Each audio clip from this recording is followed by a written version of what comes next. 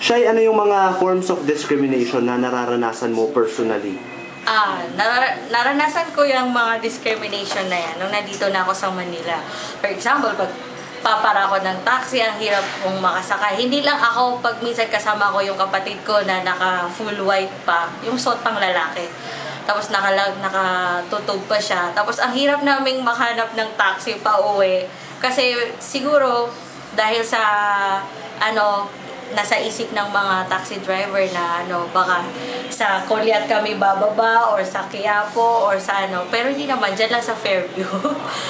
Tapos minsan para sa akin nadi-discriminate din ako pag nasa mall, pag papasok ako kasi pag nakaganito ka talagang fully chine-check talaga yung bag mo. Pag nakaganito ka, pero na-observe ko naman pag hindi naman nakaganito parang wala lang din, pumapasok lang diretso. Tapos marami akong na-feel na discrimination na hindi lang ako kundi dahil din sa mga kapwa ko Muslim na nandito sa Manila. Pero para sa akin, dahil doon parang naging matibay yung loob ko, tapos naging strong yung personality ko dahil doon. Parang dahil doon, hindi ako nahihiya na, for example, pag may nagtatanong sa akin, sinishare ko talaga yung about sa Islam at kung ano man yung, minsan kasi yung mga tao parang, bakit ganito narinig ko, ganito pala yung sa Muslim, bakit kaya nakaway ng ganyan? Parang tinatanong kung bakit nakaway ng hijab. Tapos minsan sinasabi ko rin kanina na bakit nakita mo ba si Mama Mary na naka-swimsuit?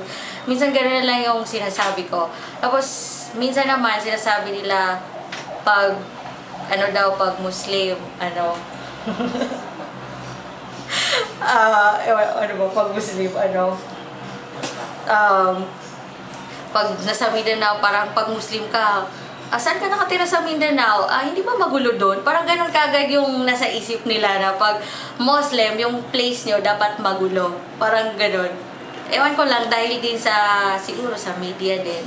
Dahil dun sa konsepto ng jihad, akala ng maraming Pilipino, bayolenteng relihiyon ng Islam. Oo. Yung iba, yun yung pagkakaunawa niya. Pero magdedepende kasi yan kasi yung ibang tao kasi parang ginajudge mo yung isang relihiyon na wala ka namang alam.